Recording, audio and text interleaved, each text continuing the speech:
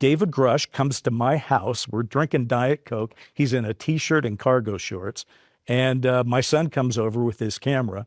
We set up, and Ross did his first sort of run-through of that interview with Grush. And in between all the takes and everything, I got to talk to him quite a bit. I was at the News Nation taping the next day.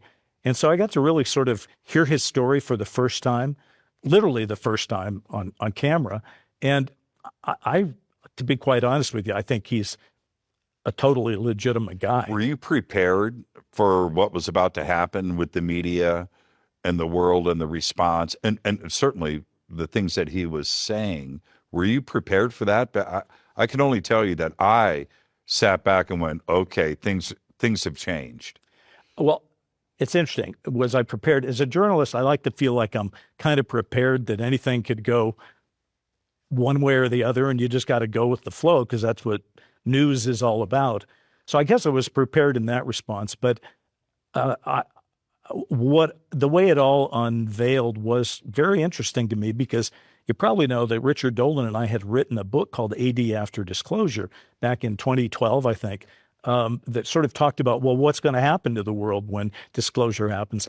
And I never saw, when Dolan and I were putting that book together, we weren't thinking David Grush.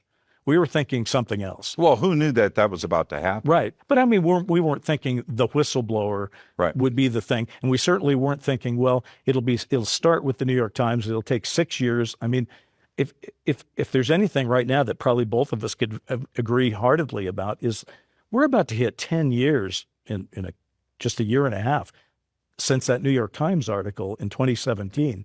And I would have bet money in 2017 that we wouldn't go 10 years. So we'll see. We'll see. I thought it was 6 months, maybe less. Back in 2000. Well, let's move to an important part about Grush, if I may. You do the interviews, the News Nation, all of this stuff is blowing up.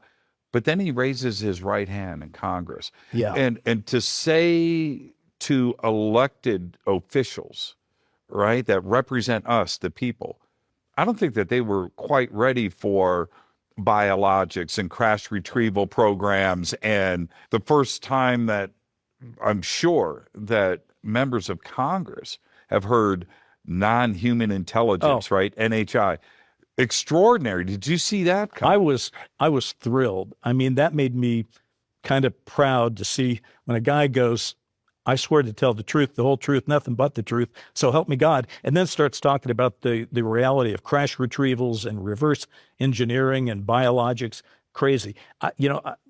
In my house during one of those breaks, having a Diet Coke with the man, he just out of nowhere started talking about the 1933 Italian crash that we recovered.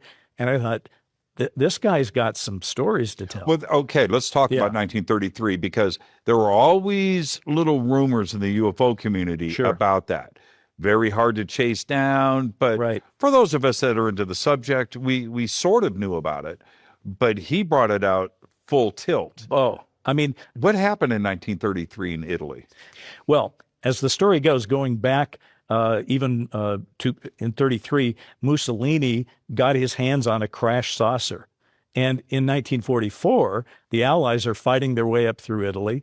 And as Mussolini's getting hung upside down and the entire Italian government's falling apart, our military got their hands on that same saucer and took it back to the United States, which changes the narrative a whole lot. If you actually accept that that's a reality, which David Grush says beyond doubt that it is, then that means when Roswell happened, it wasn't a surprise to everybody. It wasn't the first, and it certainly shows that not only to us, but to the rest of the world, that crash retrievals and skunk works and locking, that it's not a modern phenomenon. Right. That this goes back almost 100 years. Yeah, and that's kind of shocking.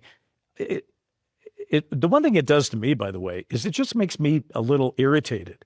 It's irritating that something that important to our lives, that we have a right to know whether we're alone or not, is still, all this time later, still something we have to fight so hard to get our hands on that truth. I don't think that's right. But what it does tell me, though, is that there's been an acceleration in the 1900s that has accelerated even faster today, and that is something you have to take into account when you're trying to decide what exactly is going on.